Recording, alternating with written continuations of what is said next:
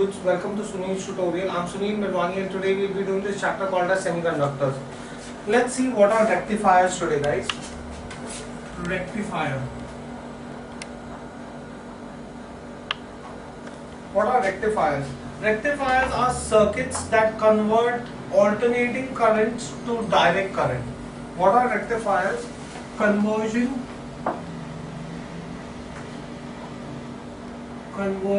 of alternating current, voltage or current, voltage that's referred to as AC into direct voltage, that is DC, is called as rectification. Right, and the device that converts AC to DC is called as a rectifier. The device that converts AC to DC is called as rectifier. Right, so do we understand what is a rectifier? Now, let's see what are the different types of rectifier using PN junction. First, let us see a half wave rectifier.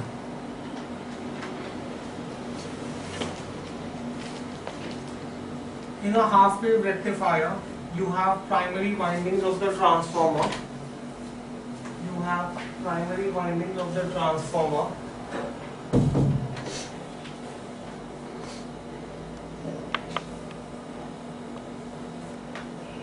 To which an AC source is connected. This is your AC voltage connected. Generally, for rectification, we use a step down transformer. What is a step down transformer? Where the output voltage is less than the input voltage. So we use a step down transformer. This is my primary winding P1, P2,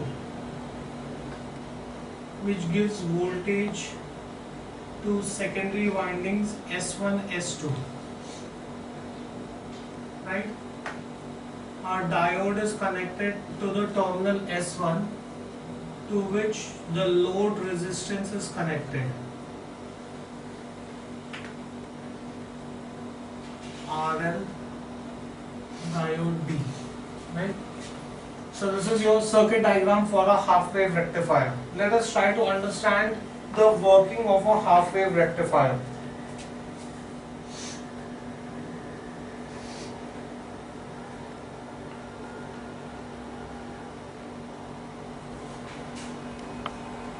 Let's first draw the input voltage. So you have AC input voltage.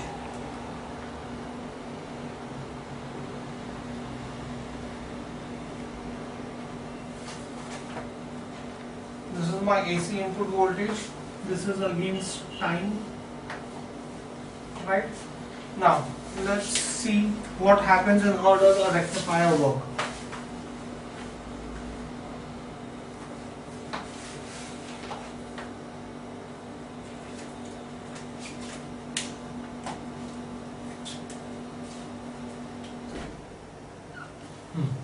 Now, during the positive half cycle, guys, let's look up here. During the positive half cycle of the input voltage, terminal S1 is positive with respect to terminal S2. Terminal S1 is positive with respect to terminal S2. Since positive voltage is applied to the P-type region of the PN junction, therefore the diode is going to be forward bias. Since the diode is forward bias, current will flow through the diode. Current will flow through the load resistance. That means during positive half cycle of the input voltage, current and voltage will flow through the diode and through the load resistance. This is my DC output voltage.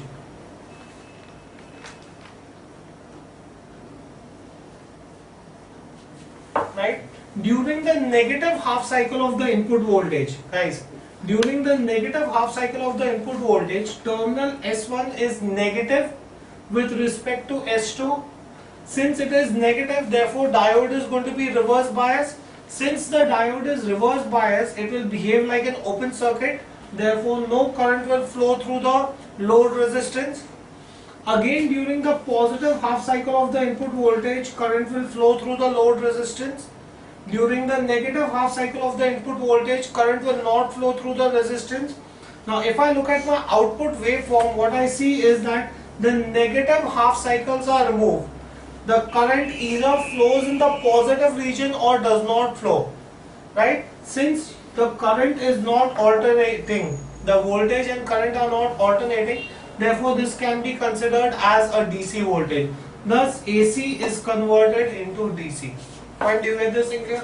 So do we understand the working of a half wave rectifier? Let's write this down, guys. Working of a half wave rectifier. AC voltage to be rectified is connected to terminals P1 and P2 of the primary. AC voltage to be rectified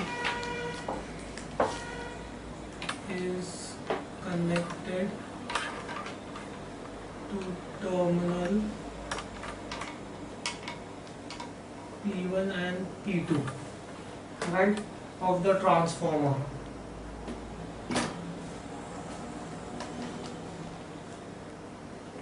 Right, once you have this, now the secondary terminals of the transformer are connected in series with the diode. The secondary terminals of the transformer are connected in series with the diode D and the load resistance. The secondary terminals of the transformer are connected in series with diode D and load resistance RL. Fine. Now AC voltage is developed between terminal S1 and S2 of the secondary. AC voltage is developed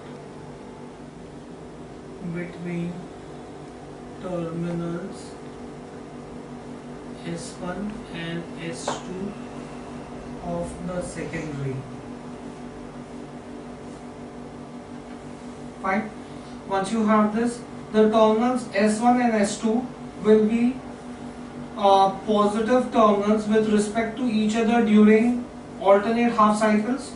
You can say therefore S1 and S2 will be at positive potential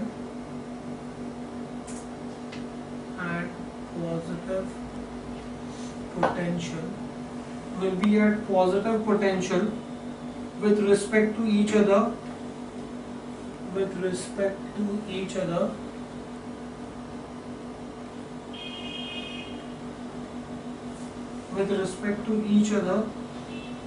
during alternate half cycles.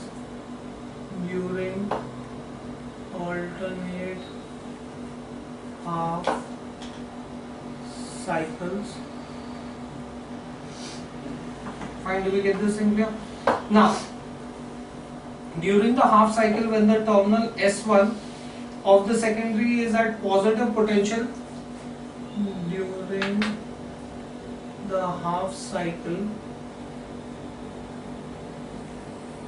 when terminal S1 is at positive potential,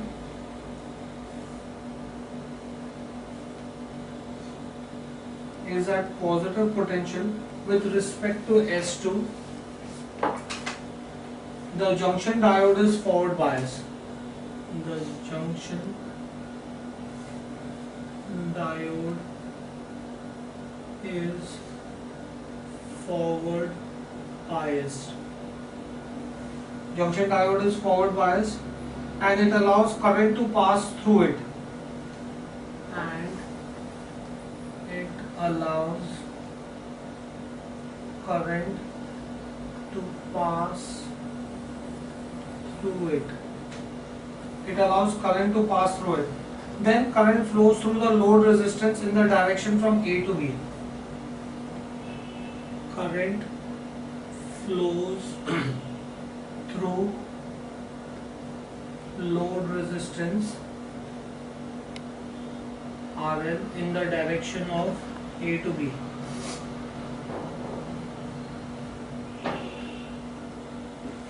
Fine, do we get this in clear? What is A and what is B? What is? A and what is B? Yes, I'll tell you what is A and what is B. The upper terminal is A and the lower terminal is B. So current is going to flow in the direction from A to B. Fine, do you get this in clear? Now, during the next half of the AC cycle, terminal S1 of the secondary is at negative potential. During next half of AC cycle, I can say that S1 is at negative potential.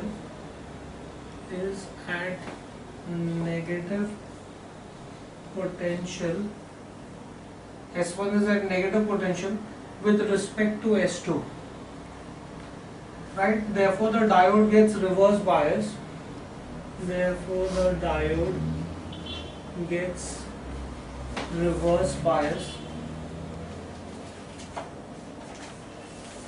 diode gets reverse biased and no current flows through the circuit.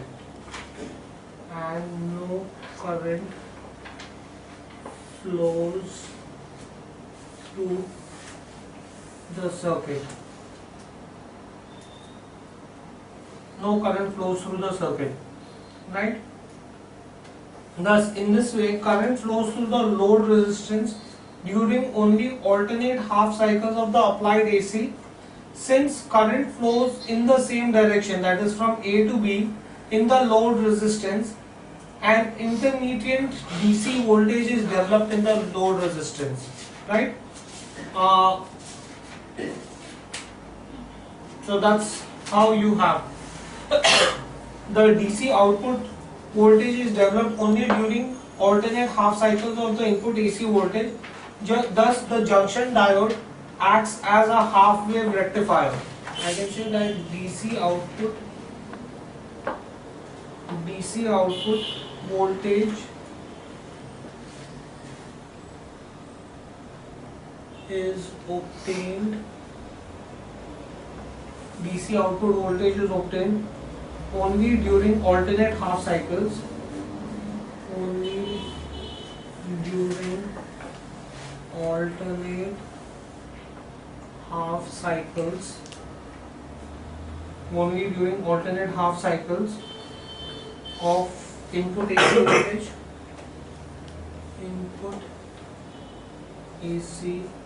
voltage, right? Thus, the junction diode acts as a half wave rectifier. Thus, the junction diode acts as a half wave rectifier.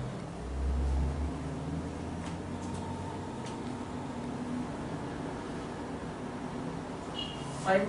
So do we understand the working of a half wave rectifier? The magnitude of this half wave rectifier will vary between 0 and maximum value. Fine, do we get this in here? Next, let's see the working of a full wave rectifier.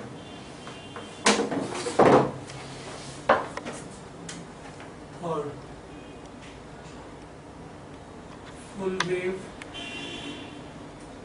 rectifier. Right? Primary half. This is the primary windings of the transformer to which an AC source is connected. This is my primary windings P1, P2 to which AC input voltage is connected, Now the transformer is taken in such a manner that the secondary windings have a center tap.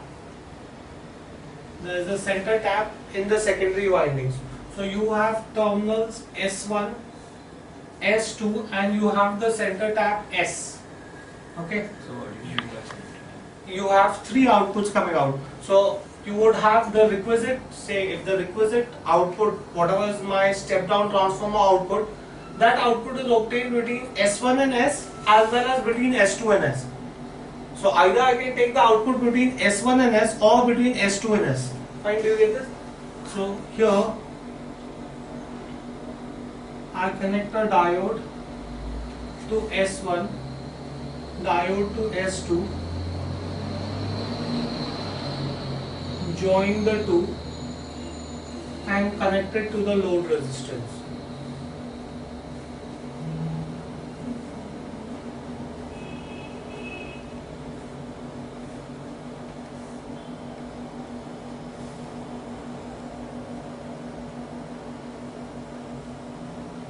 This is connected to the load resistance here. Fine, do we get this in here? So you have diodes D1 and D2. Instead of one diode here, you are using two diodes D1 and D2. This is my terminal A, this is terminal B. Right? Okay, now let's see the work. This both the windings are of same length. Yes, the number of turns are same. That means the number of turns between S1 and S is the same as the number of turns between S2 and S. Okay. Now, let's see this. Let's try to understand the working of a full wave rectifier.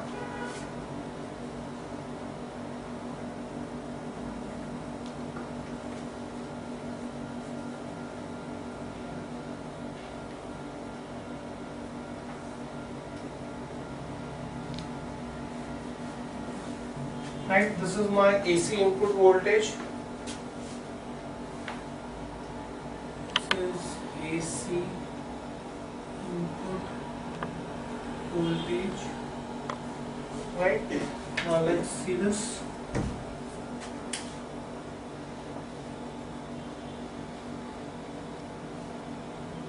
Let's divide the voltage into multiple half cycles. And let's see how does the circuit behave for each of the half cycle. Right? Now, during the positive half cycle of the input voltage, terminal S1 will be positive with respect to terminal S2. Guys, look at this. During the positive half cycle of the input voltage, terminal S1 will be at positive potential with respect to S, and terminal S2 will be at negative potential with respect to X, right? Hence, diode D1 will be forward bias and diode D2 will be reverse bias. Therefore, my current shall flow through D1 will flow through the load resistance and the primary winding. That means it will flow from A to B and will flow through the load resistance and the primary winding. And the secondary windings. Right, do you get this thing here? So this is how your circuit is going to be complete. It will flow through this and back to S. During the next, so that means during the positive half cycle of the input voltage, current is going to flow from A to B, right? So this is going to be my DC output voltage.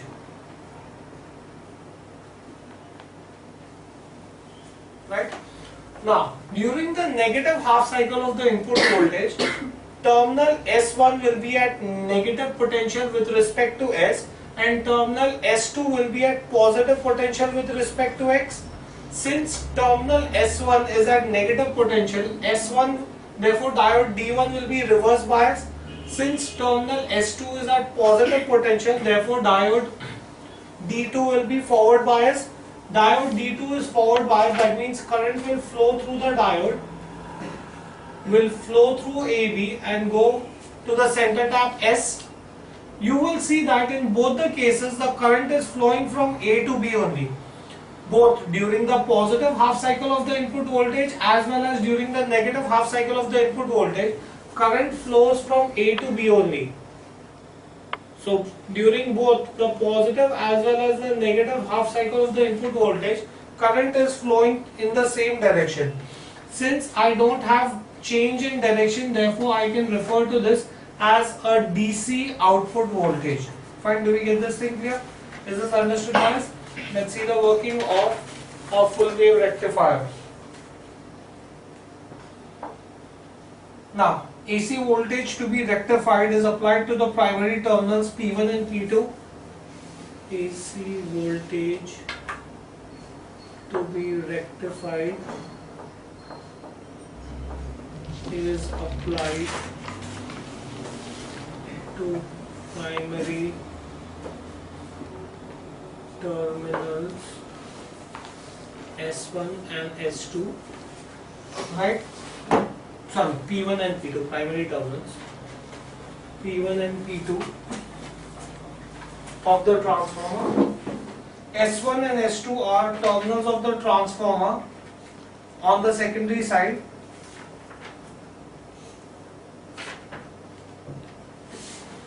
S1 and S2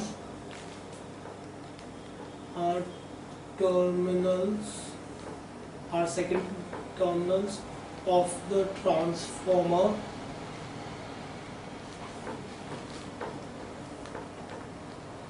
on the secondary side.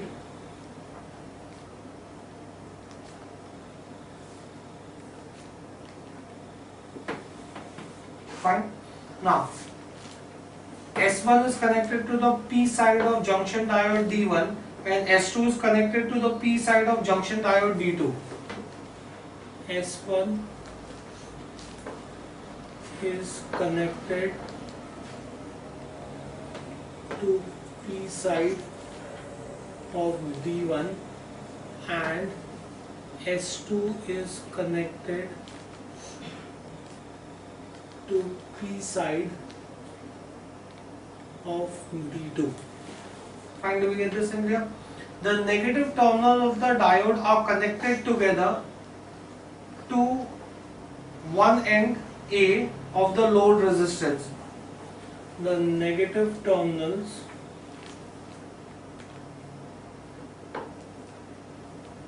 of the diodes, the negative terminals of the diodes are connected together,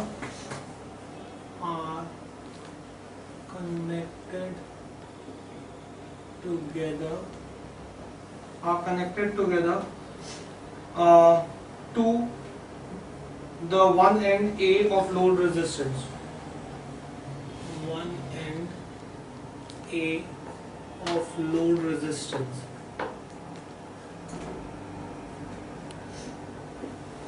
Fine. While the other end B of load resistance is connected to the center tap S of the transformer. While the other end B of load resistance, the other end B of load resistance, the other end B of load resistance is connected to the center tap S, is connected to center tap S of the transformer. Now, so this is your connections. Once your connections are made, let's see how does the circuit work.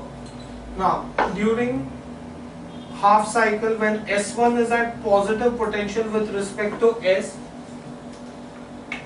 during half cycle,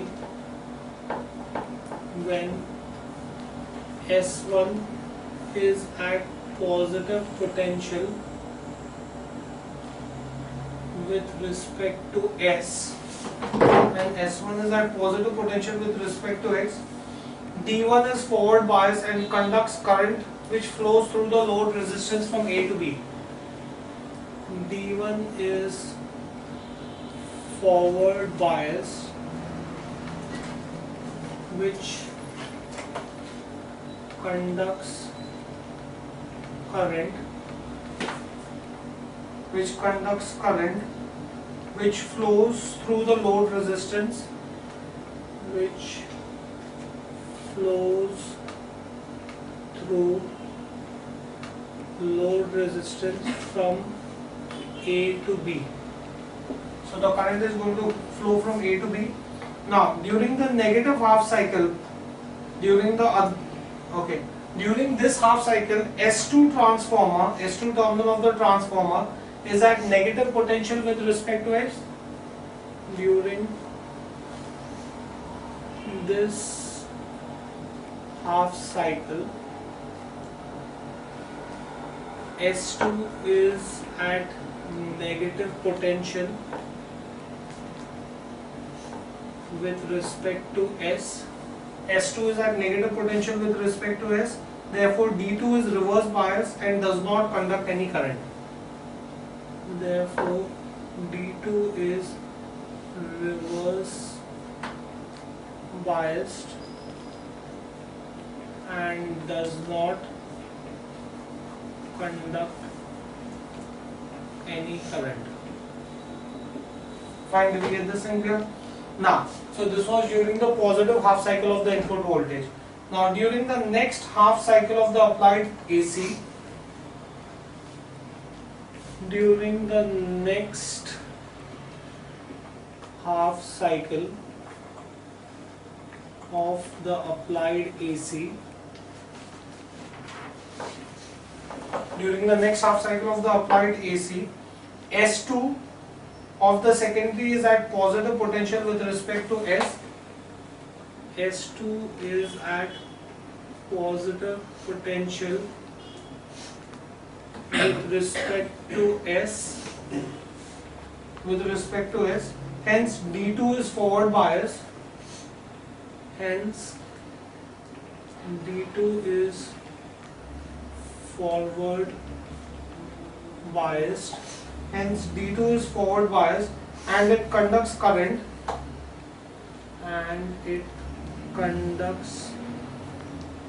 current which flows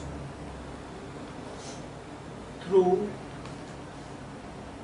load resistance from A to B, During this time, terminal S1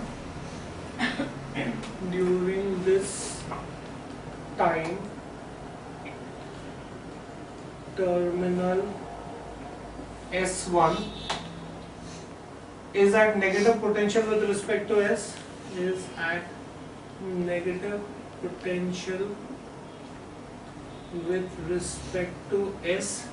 and hence D1 is reverse biased and does not conduct any current. Hence D1 is reverse biased and does not conduct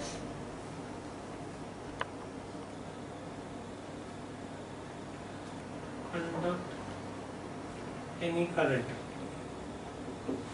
Fine, do we get this in here? Now, and thus it can be seen that during each half cycle of the input voltage, the current flows in the same direction through the load resistance, whether it is the positive half cycle or the negative half cycle. Current always flows from A to B, right? Thus you have the negative half cycle is also rectified. You have output voltage both during the positive half cycle as well as the negative half cycle, and therefore this is called as full wave rectifier. Fine, do we get this in here? So I can say that during each half cycle of the AC voltage, current flows during each half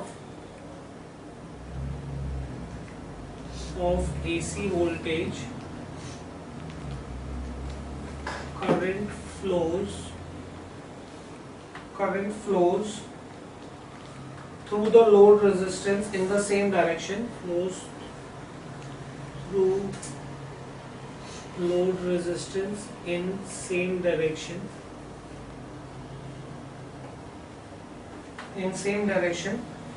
Thus DC voltage is developed across the load resistance during this. Thus DC voltage is developed across load resistance. Fine, do we get this thing clear? So this is your full wave rectifier. Now, I can also have, here I've done full wave rectification using a center tap transformer. Now to get a center tap transformer is very expensive. Moreover, the life of center tap transformer is not, it does not have a long life. Hence, I need to have a full wave rectification using an ordinary transformer. Again, I would have to specially get a center tap transformer design. So how do I have a full wave rectification without using a center tap transformer? This is done with the help of a bridge wave rectifier. The next thing is a bridge wave rectifier. Let's see a bridge wave rectifier. This is my primary windings to which an AC source is connected. So these are my primary windings P1 and P2. This is your AC input voltage.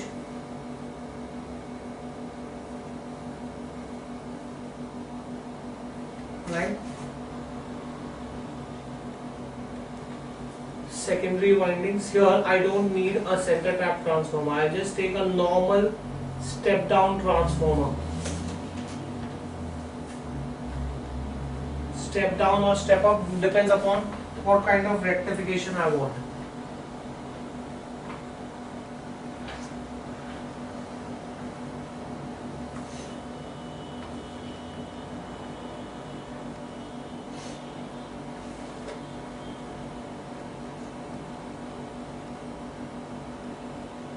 Here instead of 2 diodes, we use 4 diodes.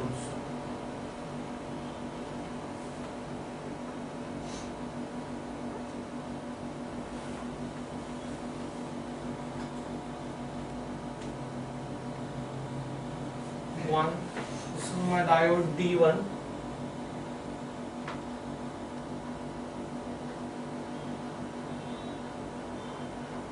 This is my diode D2.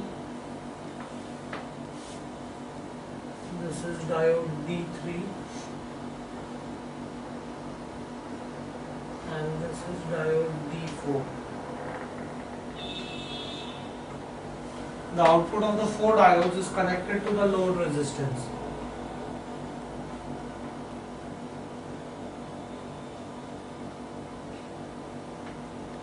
The other, this is my output of load resistance. Output that is connected to the load resistance. So you have 4 diodes. This is my terminal A, this is my terminal B. Right? First let me explain to you in this diagram how this circuit would work. Right? This is terminal S1, this is terminal S2. Fine, do we get this thing clear? Now, during the positive half cycle, guys, let's see this. During the positive half cycle of the input voltage, terminal S1 will be at positive potential with respect to S2. Thus, current will flow through D2 once it reaches point of the bridge wave rectifier. Diode D1 will get reverse bias because the N-type region will get positive voltage. Diode D1 will get forward bias. So current will flow through D2, will flow through the load resistance from A to B, will flow here, will flow through D3 and complete the circuit. So during the positive half cycle of the input voltage, the current will flow from terminal S1, D2, load resistance, D3 and back to the secondary windings.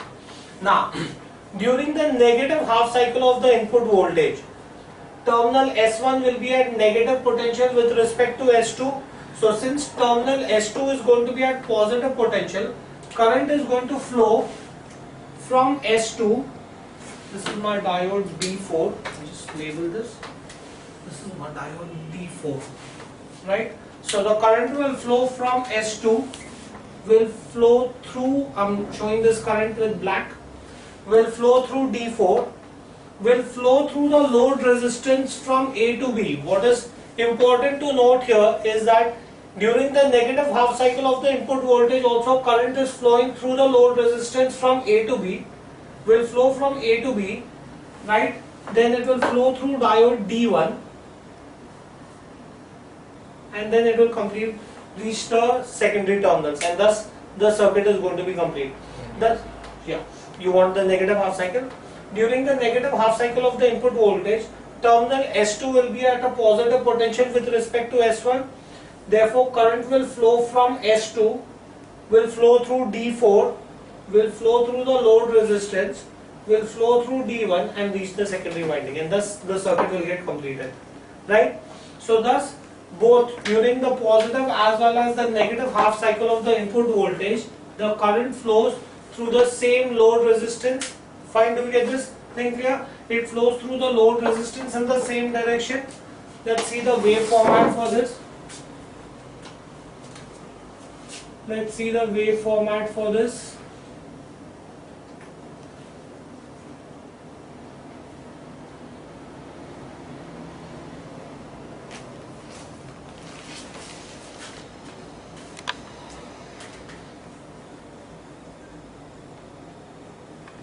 This is time.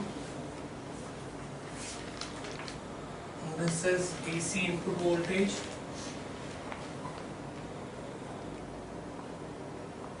You will get your output same as full wave rectifier, right?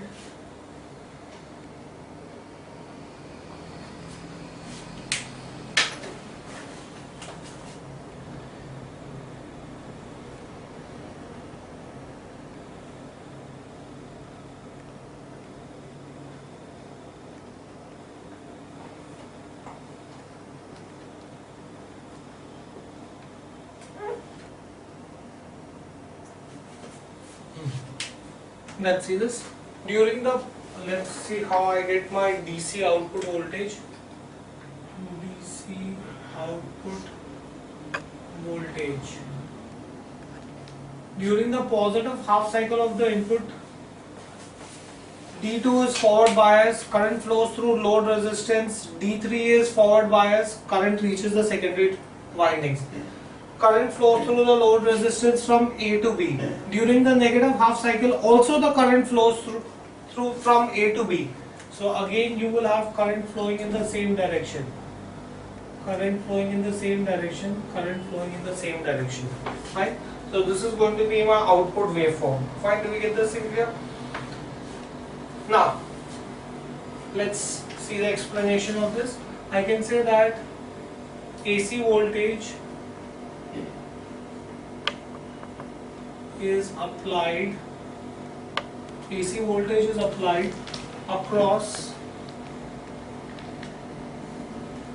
the transformers, across the transformer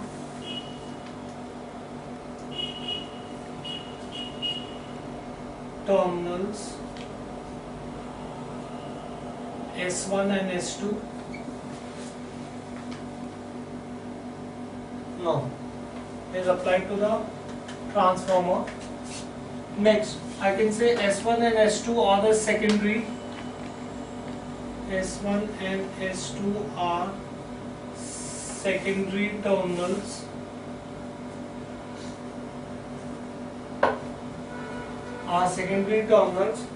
which become positive with respect to each other, which become positive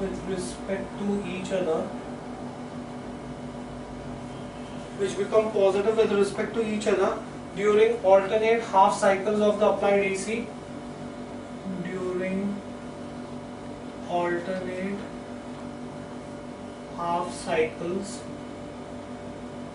of the applied AC. Fine. Now, during AC half cycle S1, during one of the AC half cycle, S1 is at positive with respect to S2. During positive half cycle, S1 is at positive potential with respect to S2, right? Therefore diodes D2 and D3 are forward bias and allow current to pass through them. Therefore diodes D2 and D3 are forward biased. Diodes D2 and D3 are forward biased and they allow current to pass which flows through the load resistance, and they allow current to pass which flows through load resistance from A to B, which flows through load resistance from A to B. Fine. Now, during this half cycle, D1 and D4 are reverse bias and they do not conduct any current. During this half cycle, D1 and D4 are reverse bias and they do not conduct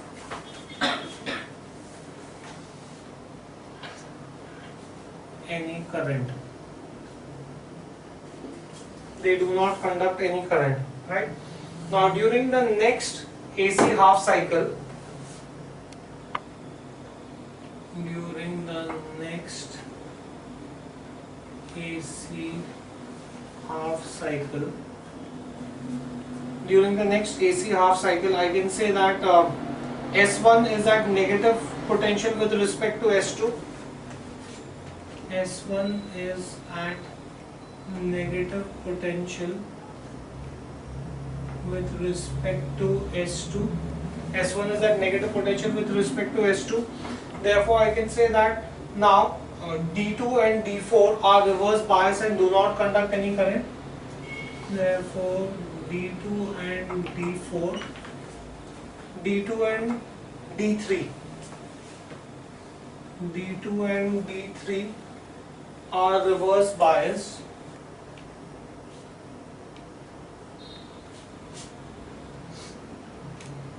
and do not conduct any current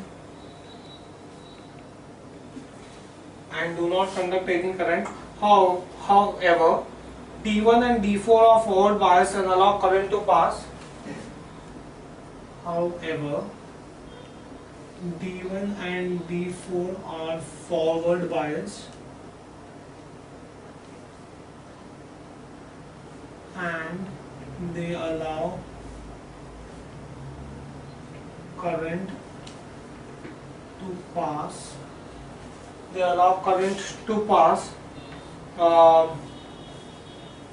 Which flows through the load resistance from A to B. Which flows through load resistance from A to B. Fine, do we get this in clear? Thus, current flows through the load resistance in the same direction during both halves of the AC cycle. Thus I can say current flows through the load resistance. Current flows through load resistance in the same direction.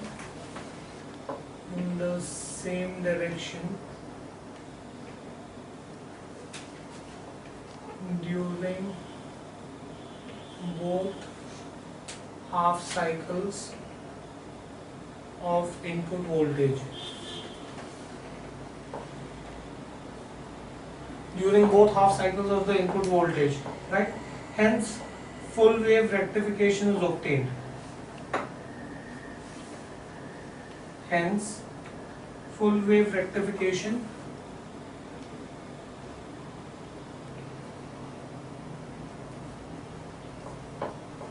That's how you get full wave rectification. Fine, do we get this thing clear? Next, let's see the next thing, that is a Zener diode. And let's see how does a Zener diode work as a voltage regulator, right? First, let's see what is a Zener diode.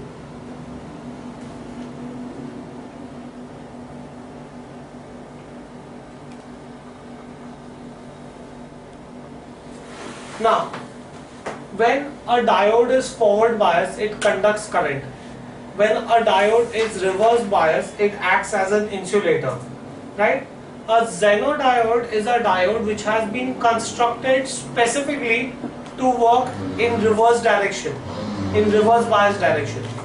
Now, see, I'll just show you how does a Zener diode look like. This is your symbol of Zener diode.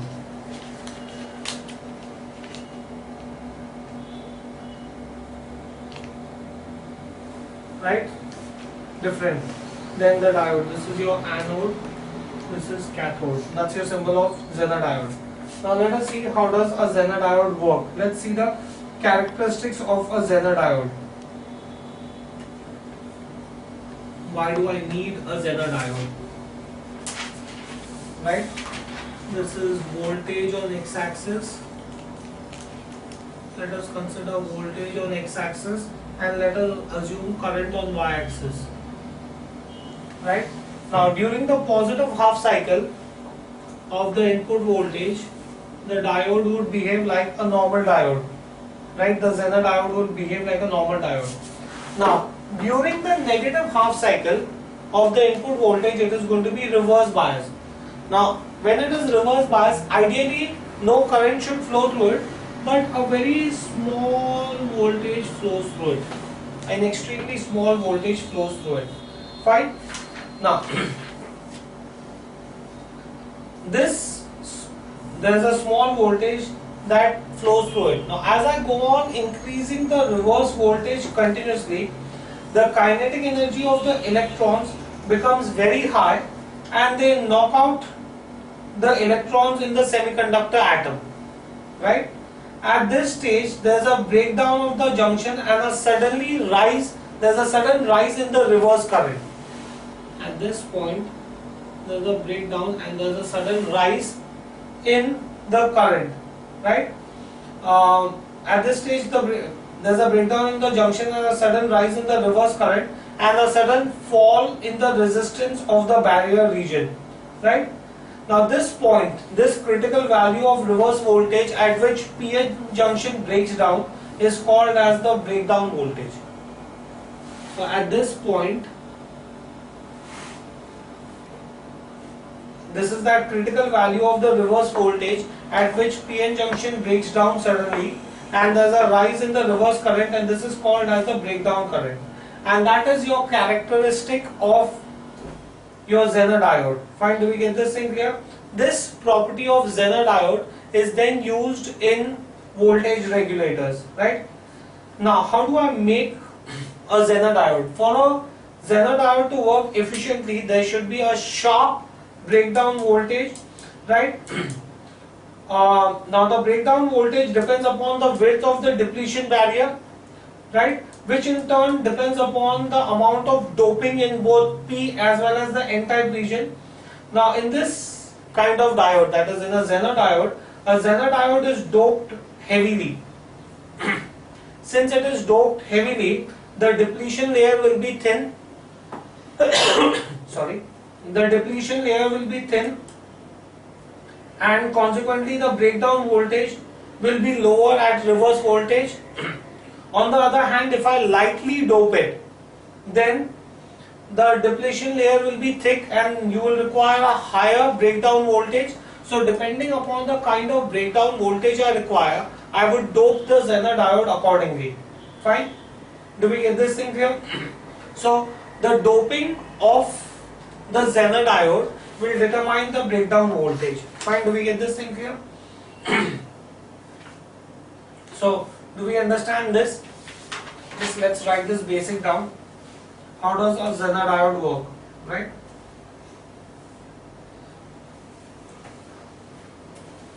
Working of a Zener diode.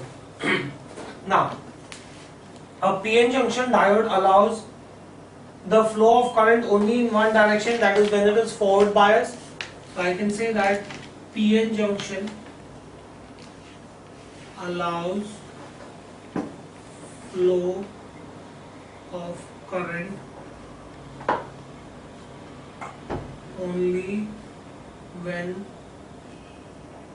forward biased. Only when you forward bias will it allow the current to flow. However, when the PN junction diode is reverse biased, when PN junction diode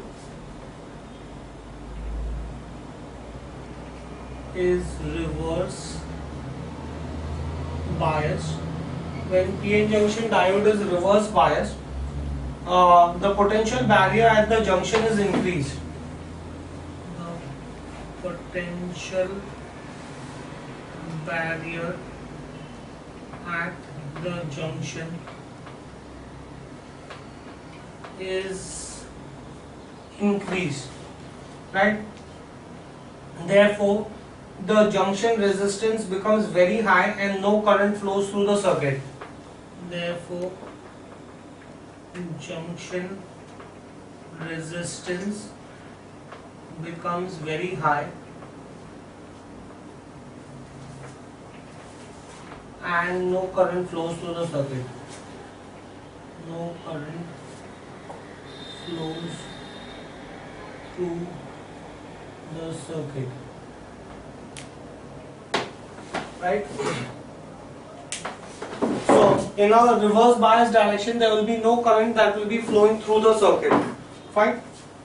Now, if the reverse voltage is increased continuously, if the reverse voltage is increased continuously, if the reverse voltage is increased continuously, then at some stage the kinetic energy of the electrons may become very high. Then at some stage the kinetic energy of the electrons may become very high.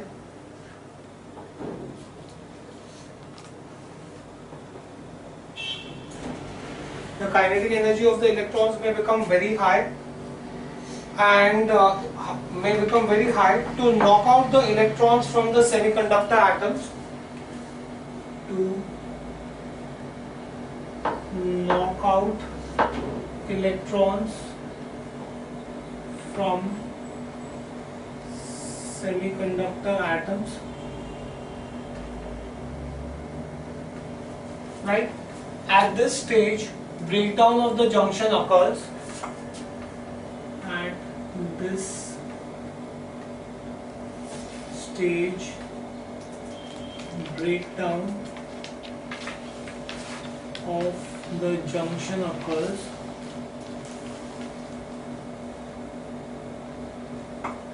Breakdown of the junction occurs. At this stage, breakdown of the junction occurs with a sudden rise in the reverse current. With a sudden rise in the reverse current. With a sudden rise in the reverse current and a sudden fall in the resistance of the barrier region. And a sudden fall in the resistance of barrier region. Right? This critical value of reverse voltage when the PN junction breaks down is called as the breakdown voltage. This critical value of reverse voltage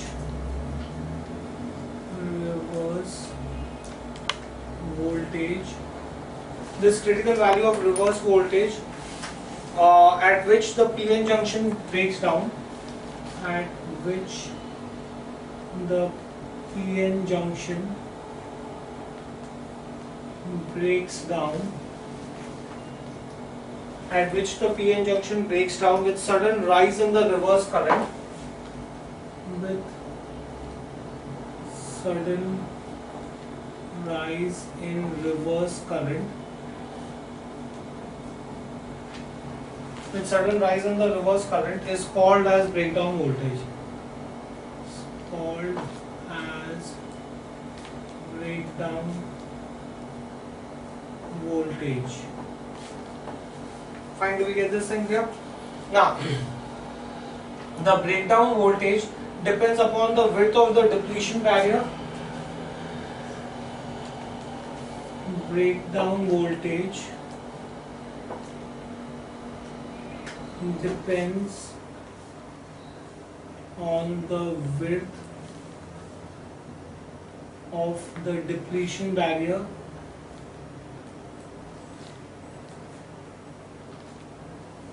The breakdown voltage depends upon the width of the depletion barrier, which in turn depends upon the amount of doping level, which in turn depends upon the amount of doping levels, which in turn depends upon the amount of doping levels of both P and N semiconductors, of both P and N semiconductors. Fine. Now, if the diode is heavily doped, then the depletion layer will be thin. If the diode is heavily doped, then the depletion layer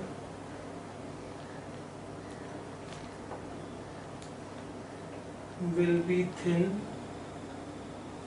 The depletion layer will be thin, and consequently the breakdown voltage will occur at low reverse voltage, and consequently the breakdown voltage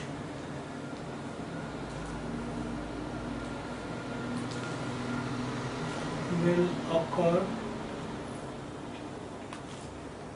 at low reverse voltage. The breakdown voltage would occur at low reverse voltage, right? On the other hand, if it is lightly doped, then there would be a higher breakdown voltage. On the other hand,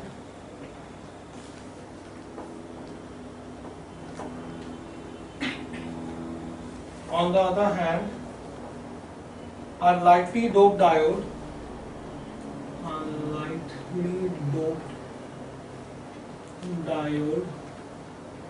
has a higher breakdown voltage.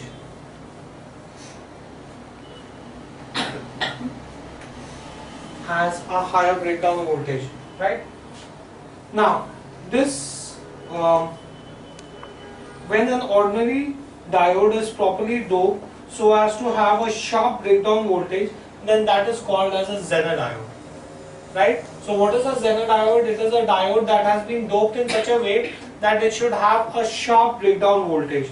Fine, do we get this thing here?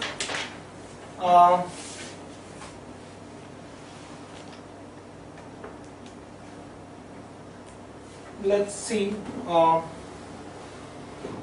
why does a Zener breakdown take place, right? Let us explain the mechanism of Zener breakdown. So do we understand what is a Zener diode? So what is a Zener diode? A diode which is being properly doped so as to have a sharp breakdown voltage is called as a Zener diode. A diode which has been properly doped to have a sharp breakdown voltage, to have a sharp breakdown voltage is called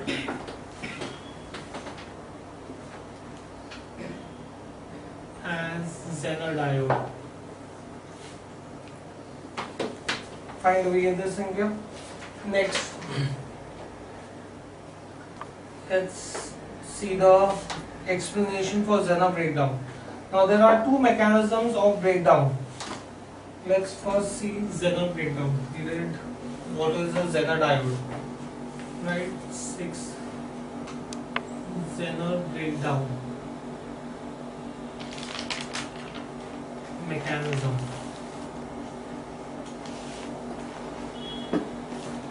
Why does a Zener diode break down under reverse voltage? Now a Zener diode a Zener breakdown takes place in a thin junction, that is when both sides of the junction are heavily doped and hence the depletion layer is narrow. So when you have both the sides which are heavily doped and if the depletion layer is narrow, then the breakdown that occurs is called as a Zener breakdown. Fine. So I can say that a Zener breakdown takes place. Zener breakdown takes place when both sides are heavily doped.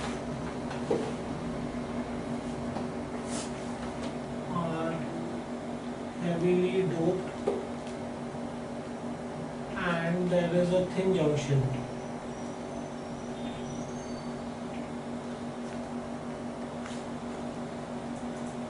When both sides are heavily doped and there is a thin junction, right? Now in such a diode, when a small reverse bias voltage is applied, in such a diode, when small reverse voltage is applied, what will happen when you apply a reverse voltage? A very strong electric field is set up across the thin depletion layer. A very strong electric field is set up across the depletion layer. A very strong electric field is set up across the depletion layer. This field is enough to break the covalent bonds and to pull out the electrons from them. This field is strong enough to break down the covalent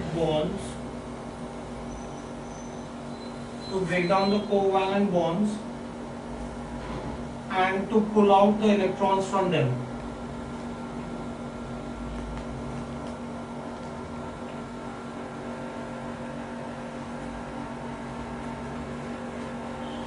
So thus this field breaks the covalent bonds which are there between adjoining germanium or silicon or whatever semiconductor material you've used. The electric field breaks those covalent bonds and it pulls out those electrons that were being used in those covalent bonds. Thus, due to this, an extremely large number of electrons and holes are produced. Due to this extremely large number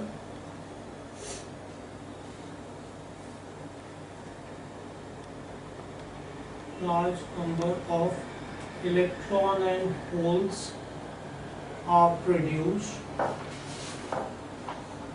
Large number of electrons and holes are produced, and thus the current increases rapidly.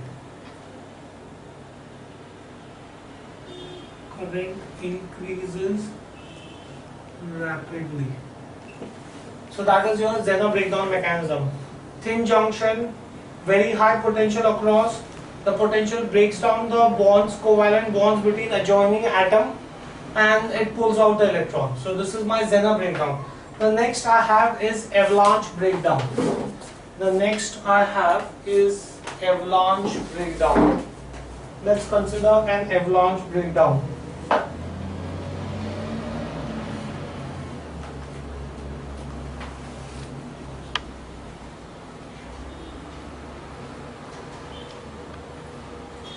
English dictionary meaning of the word avalanche: a fast moving mass of ice.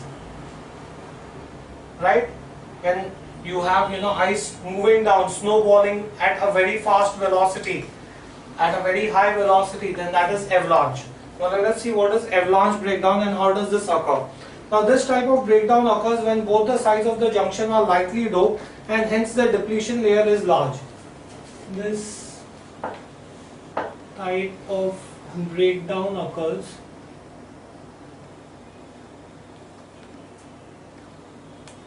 when both the sides are lightly doped. Both the sides are lightly doped and hence the depletion layer is large. And hence the depletion layer is large. In this case, the electric field across the depletion layer is not strong enough to produce Zener breakdown. In this case, since the depletion layer is very large, therefore it is more difficult to break the covalent bonds. Therefore, the electric field that is set up across the depletion layer is not strong enough to break those covalent bonds. So in this case, I can say that the electric field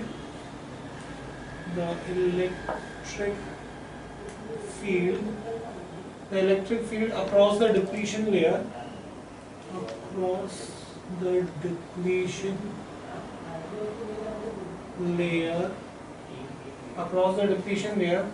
is not strong enough to produce Zener breakdown.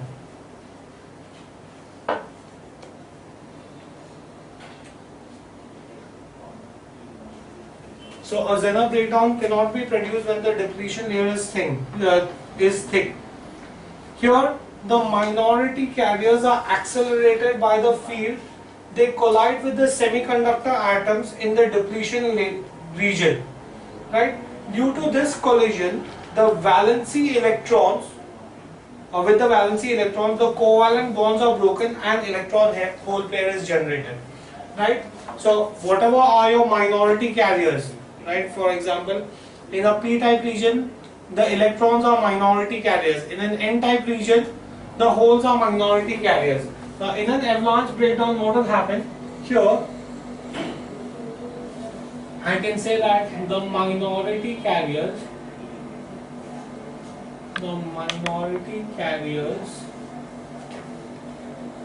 accelerated by the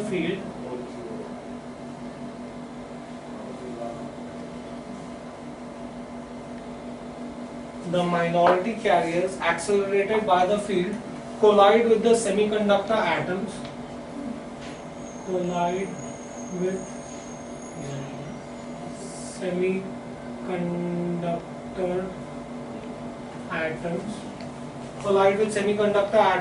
in the depletion region.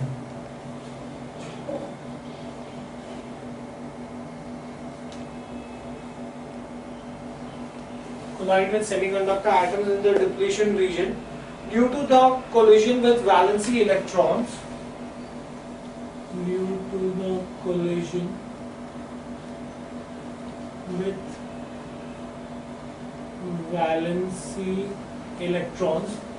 the collision with valency electrons, the covalent bonds are broken and electron hole pairs are generated.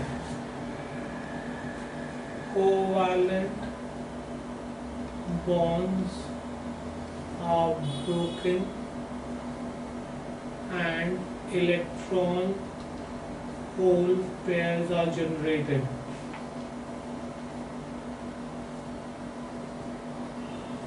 electron hole pairs are generated. Now these new carriers so produced acquire energy from the applied potential, which in turn produce additional carriers. So this is how, initially a few minority carriers would acquire sufficient energy to break the covalent bonds and produce an electron hole pair. Then those newly produced electron hole pairs will acquire sufficient energy to break more covalent bonds and produce more electron hole pairs, and the process then goes on, and it goes on snowballing, and therefore this is called as an avalanche breakdown. Fine, do we get this thing clear? So I can say that new electron hole pairs are generated. These new carriers so produced, these new carriers so produced, these new carriers so produced acquire energy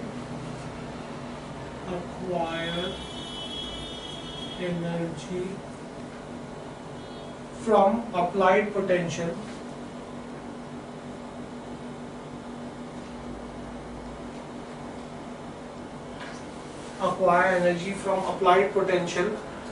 and in turn produce additional carriers.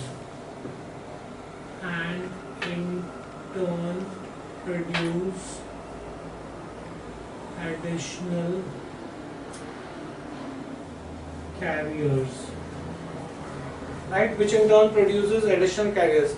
This forms a cumulative process called as avalanche multiplication. This forms a cumulative process called as avalanche multiplication. Right? Now, the breakdown in this case is called as avalanche breakdown. The breakdown in this case is called as an avalanche breakdown. That's how an avalanche breakdown occurs. So that's your mechanism of a Zener diode. So what is a Zener diode? A Zener diode is a diode which has been properly doped so that it has a sharp breakdown when it is connected in reverse bias. Why does it have sharp breakdown? Either it will have a sharp breakdown due to Zener breakdown mechanism or due to avalanche mechanism.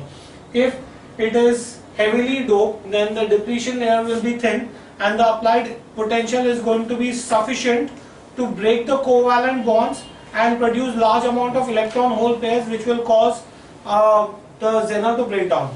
If it is lightly doped, then the depletion layer will be thicker, as a result of which the applied voltage is not sufficient to break down the Zener, but the applied voltage increases the kinetic energy of the minority carriers. Those minority carriers then break the covalent bonds, which produces some electron hole pairs. The newly produced electron hole pairs then acquire kinetic energy from the applied voltage and break down more covalent bonds, and the cumulative process continues and ultimately there is a breakdown. Fine, do we understand this? Okay, we'll stop this here for the day. Thank you very much.